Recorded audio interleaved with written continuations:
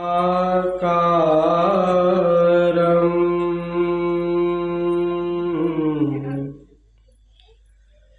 व्याप्तं येन चराचरं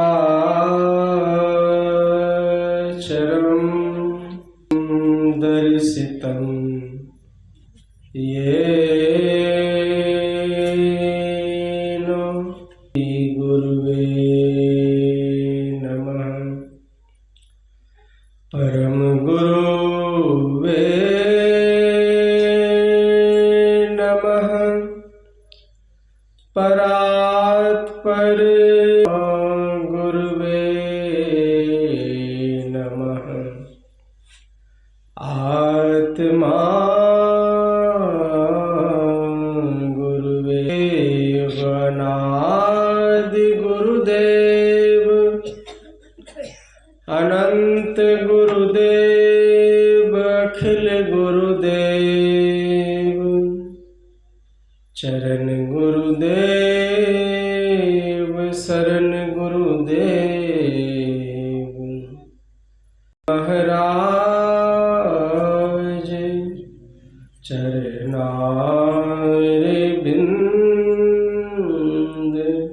नमस्ते। मंचासीन परम श्रद्धेय महात्मागण, रात्रिकालीन सत्संग में आए हुए धर्म प्रेमी सज्जनों, माताओं एवं बहनों, भगवान बुद्ध के जमाने में एक अनाथ पंडित नाम का बहुत बड़ा सेठ जी थे। उनका एक ही पुत्र था, उसका नाम था काल। अनाथ पिंडिक भगवान बुद्ध के समर्पित शिष्यों में से एक थे। उनसे दीक्षा लेकर के उनके सानिध्य में सत्संग करना, बराबर आश्रम जाना, हर तरह से सेवा करना। बेटा जो था वो कभी भी सत्संग में नहीं जाता था। तो सोचा कि कैसे ये सत्संग से जुड़े।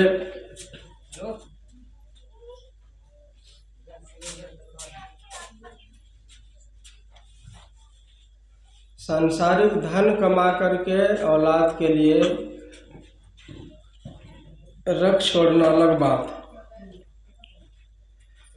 और उसको अच्छा संस्कार देना अलग बात है।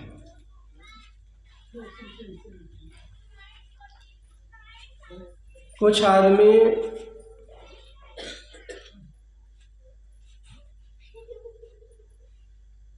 संतान को असली धन समझ, कुछ आदमी संतान को असली धन समझता है। कुछ ऐसे भी लोग होते हैं जो धन को ही संतान समझता है। मतलब धन और कुछ भले चला जाए लेकिन धन नहीं जाना चाहिए। ऐसे भी होते हैं कुछ लोग। लेकिन सच्चाई यही है कि अगर आपने संस्कार दिया है अपने बच्चों को तो वास्तविक धन दिया है। एक राजा अपने बेटे को पढ़ाने के लिए विदेश भेज रहा था। तो राजा ने, उनका बेटा बाद में राजा बना, वो तो साधारण बैरिस्टर थे। तो मित्र समझाने के लिए आ गए। कहा कितना पुराने ज़माने की बात है, 20 लाख 30 लाख अब अमेरिका भेजिएगा, इतना खर्च करने की क्या ज़रूरत है बेटे के पीछे। अरे 20 लाख रुपये जमा कर दीजिएगा। वो सस्ती ज़माना की बात बोल रहे, मतलब आज से 70-80 साल पहले की बात बोल रहे। उसको रख दीजिएगा तो बेटा उसका सूद नहीं जिंदगी भर खा सके। तो बाप ने क्या कहा जानते हैं? कहा देखिए मैं इस दुनिया से जाने के बाद अपने पीछे और बेटे के नाम से बहुत ज़्यादा धन को मैं छोड़ करके नहीं जाना चाहता। मैं एक मानव को छोड़ करके जाना चाहता हूँ। इस पैसे के बदौलत अगर ये पढ़ लेगा, अच्छा आदमी बन जाएगा, तो उसके बदले में कितना 20 लाख, 30 लाख, 50 लाख उनके हाथ का खेल हो जाएगा। धन कमाना क्या है? अगर मैंने केवल धन छोड़ करके गया और यह आदमी रह गया नालायक, जैसे तैसे रह गया, धन तो बेकार नहीं जाएगा।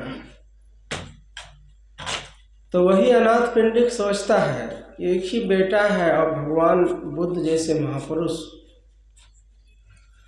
मैं तो सब तरह से समर्पित हूँ, लेकिन मेरा बेटा कभी सत्संग में नहीं जाना चाहता। तो उसके लिए उन्होंने एक युक्ति निकाली। एक दिन अपने बेटे से कहा कि बेटा, अगर तुम आज भगवान बुद्ध का सत्संग सुनने के लिए जाते हो उनके आश्रम में, और वहाँ रात्रि विश्राम कर लेते हो, 1000 रुपया तुम्हें पुरस्कार के रूप में मिलेगा। बाप ने अपने बेटे से कहा। तो पैसे के लोभ में वो चला गया। चला तो गया, लेकिन संस्कार नहीं था, वैसा ज्ञान भी नहीं था। ध्यान तो दृष्टि तो थी कि जाएंगे तो सुबह जाकर के 1000 रुपया पिताजी से ले लेंगे। तो रात भर गया, आश्रम में सो रहा, सुबह उठ करके घर आ गया। अब बिना पैसा लिए हाथ मुंह भी नहीं धोया, खाना भी नहीं खाया। आज जब तक कि पैसा नहीं दीजिएगा तो मैं हाथ मुंह भी नहीं धोऊंगा।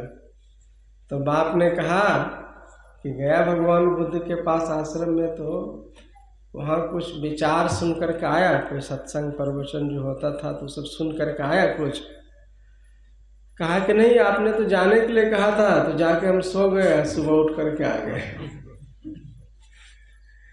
तो भगवान ने, उनके पिताजी ने कहा कि देखो ऐसे नहीं, अगर तुम भगवान बुद्ध के कुछ विचारों को सुनते हो ध्यान से,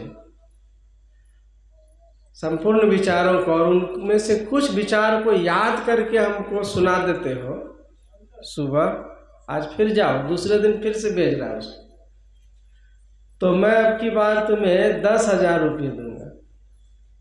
तो पहले दिन तो 1000 रुपये की बात थी, तो भी कम खुशी की बात नहीं थी। आपकी पुरस्कार की राशि 10 गुना ज़्यादा बढ़ा दिया है। लेकिन शर्त है कि इस बार केवल जाना काफ़ी नहीं है और जा कर के सो करके आ जाना काफ़ी नहीं है, वहाँ जा कर के भगवान के विचारों को सुनना है, प्रवचन, और इतना कम से कम ध्यान से सुनना है कि उसमें से कुछ स्मरण भी रह सके। कुछ 2-4 लाइन अगर आकर के तुम उनको सुना देते हो तो 10,000 रुपये तुम्हारे लिए रेडी है। सब गया।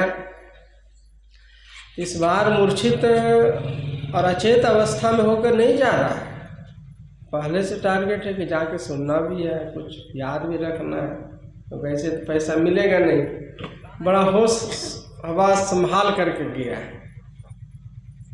रात्रिकालीन सत्संग था, कई बार नींद भी आ जाती है, बच्चों को आलस भी हो जाता है, लेकिन बड़ा सचेत होकर के बैठा है कि नहीं, अगर सो गए और फिर कुछ काम याद नहीं रहा तो फिर आना कोई काम का नहीं रह जाएगा।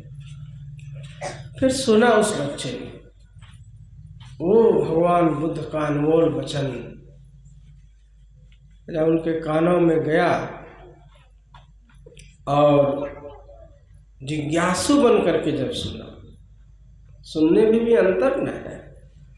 कोई ऐसे मजाक मजाक में सुनता है, कोई देखा देखी सुनता है, कोई जिज्ञासु बन करके सुनता है, कुछ जानने की पिपासा लेकर के, लालसा लेकर के, नहीं हमें कुछ जीवन में सीखना है। तो उनके सुनने में और लोगों के सुनने में अंतर हो जाता है। तो जब उसने अनमोल वचन सुना भगवान बुद्ध जैसा प्रवचन करने वाले, तो कहना ही क्या है, आदमी सिर्फ अपने हृदय का दरवाजा खोल करके रखे।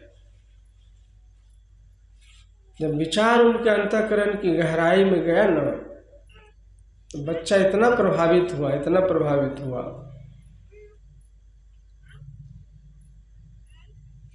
कि संदेशा भेजा। कहा कि पिताजी, आज अब मैं अकेले नहीं आ रहा हूँ घर में, भगवान बुद्ध को साथ में लेकर के अब 500 भिक्षुओं के साथ में आ रहा हूँ।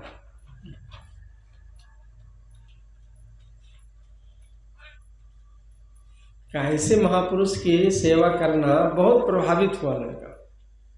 बाप को अलग ही खुशी है, वो तो चाहता ही था, वो तो सेवा में ऐसे ही तत्पर रहता था। जब मन होता था 500-400 भिक्षुओं को लाना, भोजन कराना। लेकिन बेटे के कहने पर आ रहा है, यह उनके लिए ज़्यादा खुशी की बात है। कुछ तो उनको दिमाग में आया बात। कहा कि जब तक कि भगवान बुद्ध 500 भिक्षुओं के साथ नहीं जाएंगे तो मैं नहीं जाऊंगा, और लेकर के गया हूँ, खबर भेजा, निमंत्रण। कहा कि आप हमारी तरफ से दीजिए और मैं लेकर के आ रहा हूँ। सारी तैयारी हुई। और बाप को फिर अलग खुशी, उधर वो भी 10,000 रुपया लेकर के पीछे पीछे घूम रहा है, मगर बेटा पैसे की तरफ में ध्यान नहीं देता है। वो पिताजी के साथ में सभी भिक्षुओं की सेवा में लगा हुआ है। कहाँ ठहरेगा, क्या भोजन करेगा, कैसे विश्राम होगा। तो देखा कि इनकी रुचि पैसे की तरफ नहीं। यही लड़का कल एक दिन पहले आया था, तो बिना 1,000 देने की बात थी तो हाथ में भी नहीं धोया, बगैर पैसा लिए खाना भी नहीं खाया, और आज पैसे की तरफ में देखता तक नहीं है। तो फिर भोजन छाजन हुआ सबका। भगवान बुद्ध से पूछा गया, कहा प्रभु यही लड़का है, इनको एक दिन पहले भेजा था, अब मात्र 1,000 रुपये देने की बात थी, तो अड़ गया, बिना पैसे लिए हाथ पैर भी नहीं धो रहा था, खाना भी नहीं खा रहा था। कहा जब तक पैसा नहीं दीजिएगा। और आज 10 गुना ज़्यादा 10,000 रुपया इनको देने के लिए तैयार हूँ, तो पैसे की तरफ में कोई ध्यान ही नहीं दे रहा है, कोई रुचि नहीं, बल्कि मना कर रहा है। इतना बड़ा कि बच्चा क्या से क्या बन गया, आपका दर्शन भी करा दिया, आपकी सेवा करने का सौभाग्य भी प्राप्त हो गया इसी के चलते। तो भगवान ने कहा कि तुम्हारा बेटा आज चक्रवर्ती सम्राट से भी बढ़ करके बड़ा आदमी बन गया है। कैसे? कहा श्रोतापत्ति फल को प्राप्त हुआ है। श्रोतापत्ति फल कहते हैं, एक वर्ड है धम्मपद में, जो श्रोता सत्संग के ज्ञान को ठीक से समझकर जीवन में धारण कर लेता है, उसको श्रोतापत्ति फल की प्राप्ति हो जाती है। सुना है और अभी से उतारना है, इन्हें कि कल से नहीं। जिस क्षण उसने सुना उसी क्षण का किसी भी चक्रवर्ती सम्राट और देवताओं के राजा जो होते हैं उससे भी बढ़कर के इन्होंने फल प्राप्त किया है, वो श्रोतापत्ति फल की प्राप्ति होती है। कहने का मतलब क्या है, सत्संग में जब हम लोग कहीं जाएं तो वहाँ के विचारों को बहुत ही मनोयोग पूर्वक सुनना चाहिए और उसको जीवन में धारण भी करना चाहिए। क्योंकि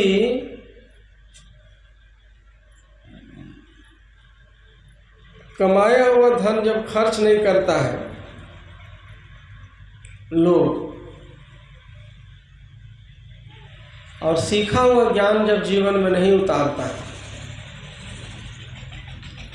तो विद्याएं व्यर्थ हो जाती है। कोई आपने बहुत अच्छी कला सीखी है और उसको कभी आपने जीवन में उतारने की कोशिश नहीं किया, तो सीखा हुआ ही सिर्फ रह गया, उसका पूरा पूरा अनुभव आपको नहीं होगा।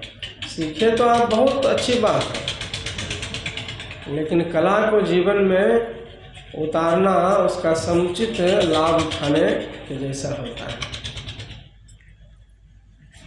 तो संत मत का जो सत्संग है और सभी संत महापुरुष क्या सिखाते हैं, उनका सार उपदेश क्या है? कहते हैं, ऐ संसार के लोगों, दुनिया में तुम आए, जीवन तो गॉड गिफ्ट मिला। सबसे जो कीमती चीज है, हम जीने के थोड़ा सा साधन जुटाने के लिए बहुत मेहनत करते हैं, लेकिन असली जो कीमती चीज है जीवन है, तब ना साधन का क्या जरूरत है? मकान, रोटी, कपड़ा, ये सब जिंदगी के लिए ना। लेकिन उस जिंदगी को जीने के लिए क्या करते हैं आप? वो तो गॉड गिफ्ट है। असली चीज जो जीवन है, जीवनी शक्ति है, वो परमात्मा के हाथ में है।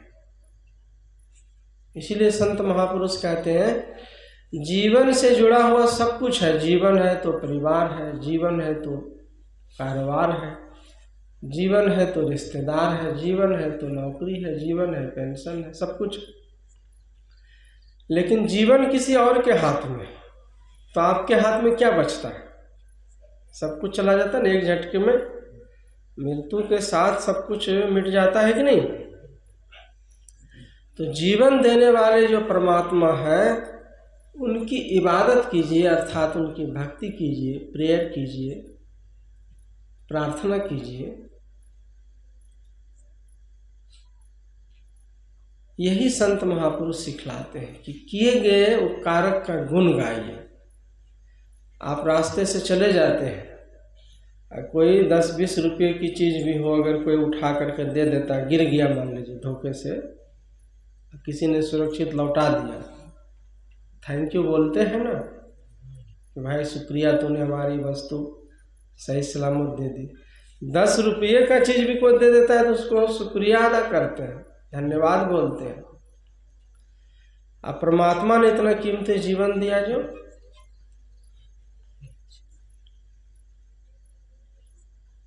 तो उनके लिए कभी धन्यवाद देते हैं?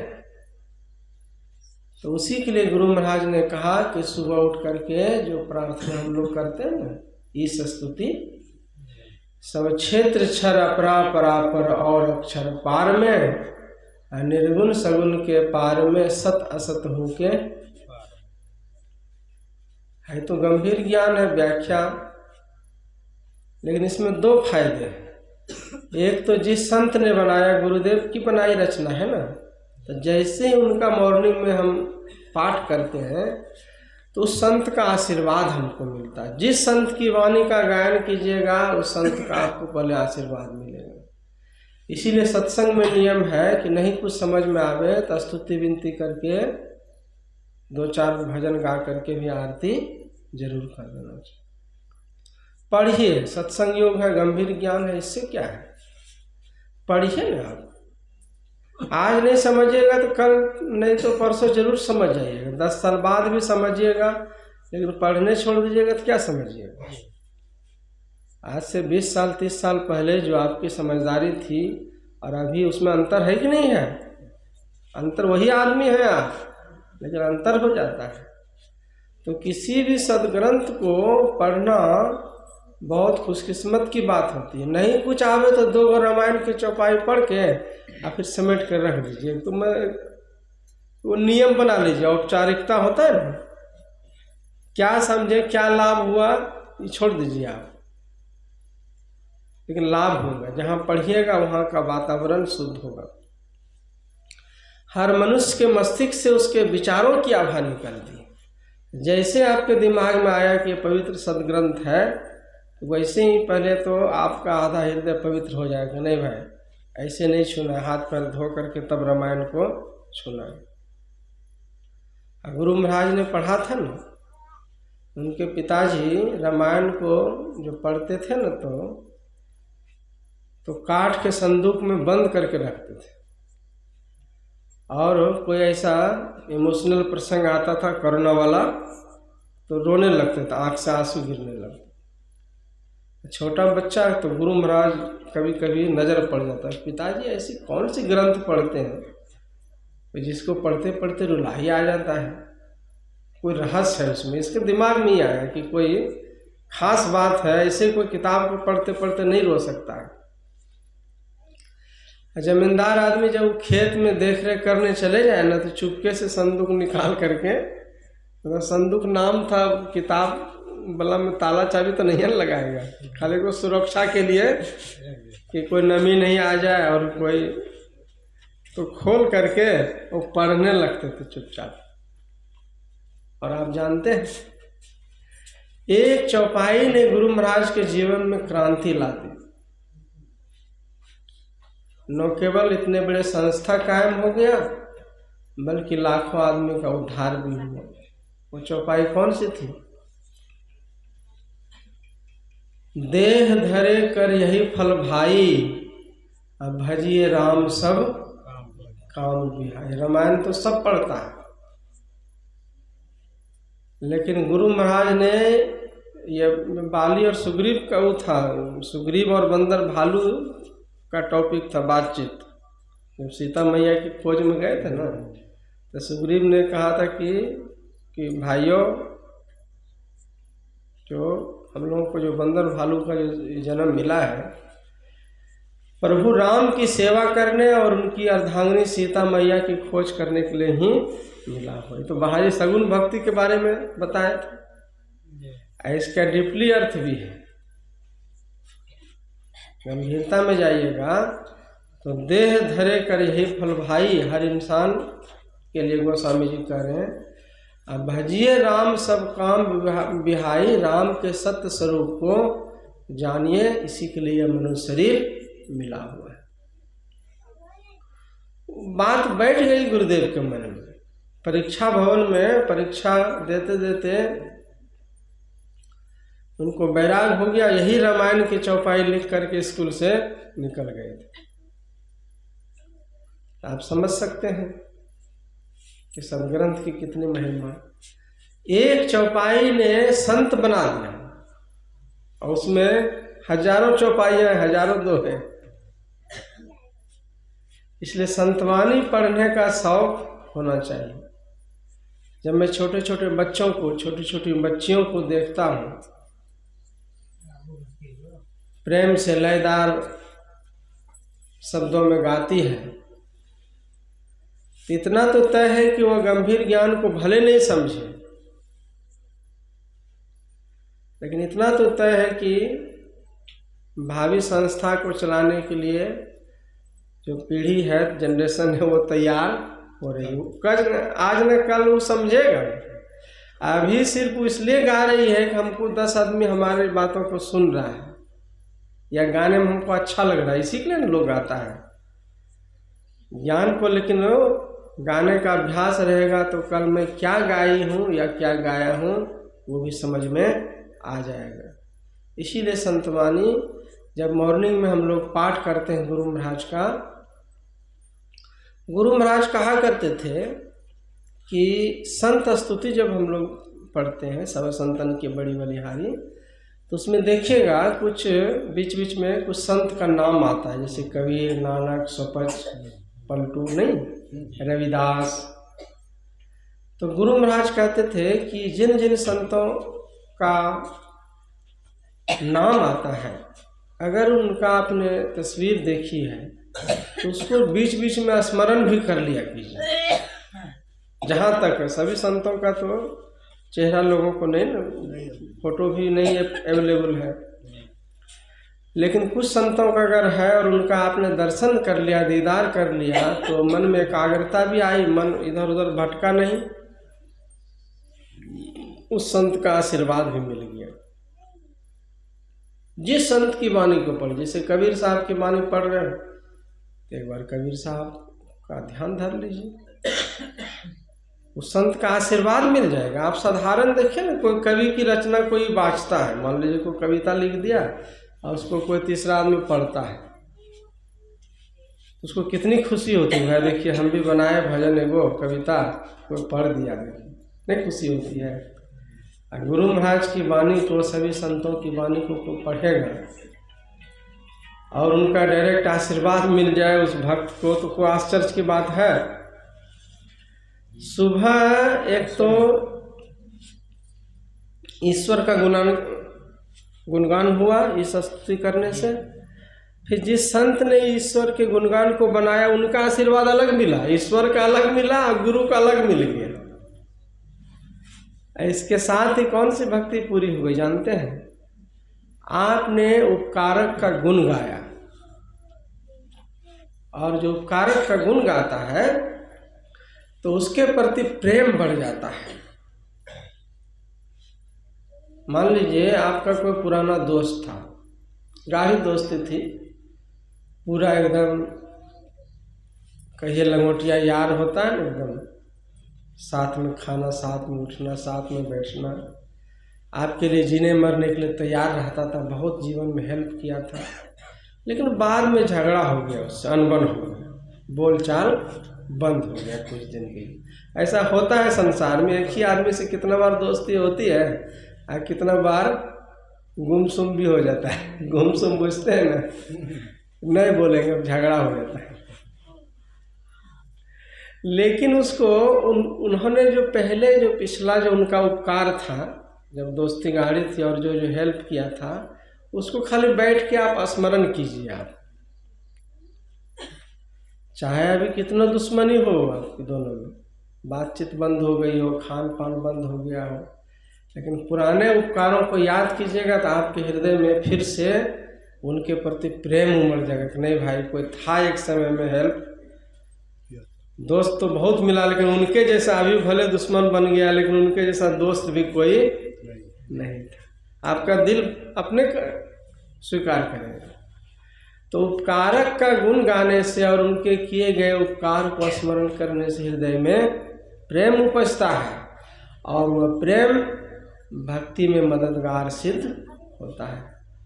प्रेम बिना जो भक्ति है सो निज डिम्ब विचार, औद्र भरण को कारने जन्म गमायो सार। बिना प्रेम का कोई भक्ति कर सकता है? आप किसी को 1 रुपया चढ़ाते हैं, कोई साधु महात्मा आता है या गुरु महाराज के स्वरूप के सामने में रखते हैं, आश्रम के सामने में रखते हैं, तो क्या समझते हैं कैसे कोई रख देता है? पहले तो हृदय में प्रेम ही होता है, नहीं आदमी ठीक है, इनको देंगे तो श्रद्धा होती है, विश्वास होता है, और तब आप क्या अर्पण करते हैं ये असली बात नहीं। आप 1 रुपया भी कर सकते हैं, 1 लाख भी कर सकते हैं, आपकी क्षमता पर है। आप 1 लाख रुपया देते हैं किसी को तो भी आपका हाथ ऊपर रहता है, और 1 रुपया दीजिएगा तो भी हाथ आपका ऊपरे रहेगा, नहीं रहेगा? ऐसा थोड़े है कि 1 रुपया देंगे तो ऐसे पकड़ाएंगे उसको। 1 रुपया का भी उतने महत्व है, लेकिन कुछ भी अर्पण करने से पहले वहाँ श्रद्धा और प्रेम की आवश्यकता होती है। जिसकी आप सेवा करते हैं, लोग किसी को, कोई ज्ञानी आदमी को, कोई सज्जन आदमी को अपने मेहनत की कमाई क्यों अर्पण करता है? जिसकी आप सेवा करते हैं तो उस आदमी से आपका प्रेम बढ़ता है। जिस आदमी से आपका प्रेम हो जाएगा तो उसका जो सद्गुण है वो आपके अंदर में आने लग जाएगा। आप देखिएगा समाज में कि और किसी आदमी से अगर आपको ज़्यादा प्रेम है तो दूसरे आदमी के बात का वैल्यू नहीं दीजिएगा, लेकिन प्रेमी आदमी अगर आपको कुछ कह दिया तो देखिएगा आप तुरंत कर दीजिएगा, उसको नहीं काटिएगा। आप विश्वास न हो जाता, नहीं प्रेमी आदमी है, इसका बात तो काटने का सवाल ही नहीं। तो प्रेम में वो शक्ति होती है और सेवा में शक्ति होती है, जो सद्गुण आ जाता है। तो प्रेम से, गुण गाने से प्रेम बढ़ता है। बौद्ध धर्म की ही एक कथा है कि एक सारिपुत्र भगवान बुद्ध के महान शिष्य थे। उनके 2 शिष्य थे, एक का नाम था सारिपुत्र और एक का था मौदगल्यायन। और भी कई शिष्य थे, एक अनिरुद्ध नाम का शिष्य था, उनको बुद्ध का हृदय कहा जाता था। बुद्ध के गुजरने के बाद एक महाकाश्यप नाम के महान शिष्य थे, जो उन्होंने संस्था का भार संभाला था। और एक शिष्य थे, उनका नाम था आनंद, जो शारीरिक सेवा में रहा करता था। इस तरह बहुत एक से एक गुण रखने वाले, विशेषता रखने वाले शिष्य। तो सारिपुत्र सभी शिष्यों में श्रेष्ठ थे। उनका काम था ध्यान करवाना, और मौन कल्याण का काम था धर्म प्रचार करना। उनके जीवन की कथा है कि एक बार वो किसी नगर में भिक्षा मांगने के लिए जाता है। बड़ी कंजूस आदमी के पाला पड़ जाता है। पैसा कंजूस था, कभी किसी को कुछ नहीं देता था। इसने भी एक नियम बना रखा था कि दे नहीं दे, लेकिन दरवाजे पर जा करके 2 मिनट रुक के फिर आगे वो बढ़ जाता था। कई महीना जब बीता न, तो अमीर सेठ आदमी तो एक दिन कहता है, महात्मा जी को ये नहीं समझ में आता है कि आपको कभी कुछ हम देते नहीं हैं, तो दोबारा हर बार आप हमारे दरवाजे पर आते हैं। तो सारिपुत्र ने क्या कहा जानते हैं? कहा कि सेठ जी मिल तो गया, पहले जब मैं आता था दरवाजे पर तो मुंह उधर फेर करके बैठ जाते थे।